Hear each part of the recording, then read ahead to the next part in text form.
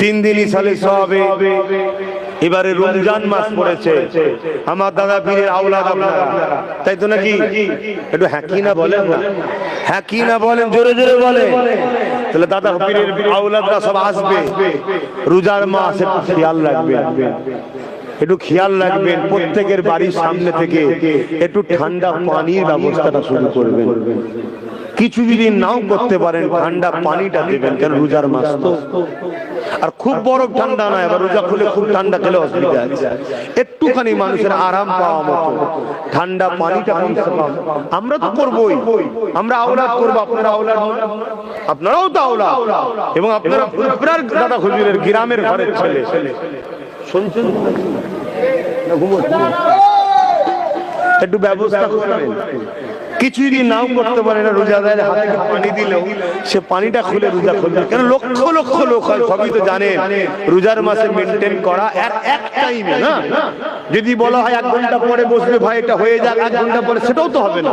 যে যেখানে পারবে বসে যাবে।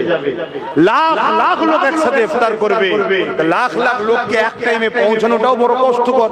তা আমি আমার মতো করে 2, 4টে, 50টা, 100টা, 2টো লোককে যদি পানিও দিতে পারি, হাই রে আল্লাহর বান্দাকে পানি খাওয়ালাম, নবীর উম্মতকে পানি খাওয়ালাম, আমার পীর ভাইকে পানি খাওয়ালাম, এবং রোজাদার হতে পারে আপনার এই সামান্য ভালোটুকু কাজ কালকে নাজাতের ওসিলা হয়ে যেতে পারে। জোরে বলুন সুবহানাল্লাহ।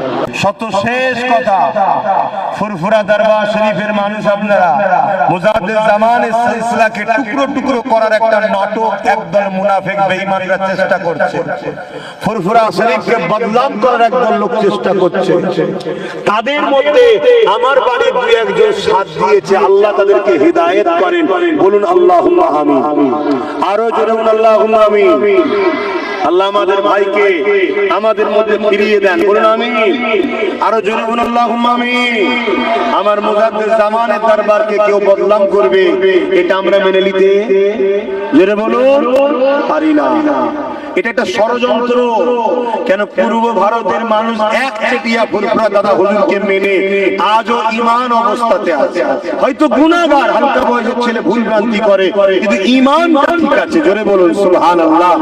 এজন্য ফুরফুরা শরীফের মুজাদ্দিদ জামান থেকে সরাবার নানা রকম চক্রান্ত করছে, আর এদের পিছনে কোটি কোটি টাকা জালিম অত্যাচারী শাসকরা দিচ্ছে।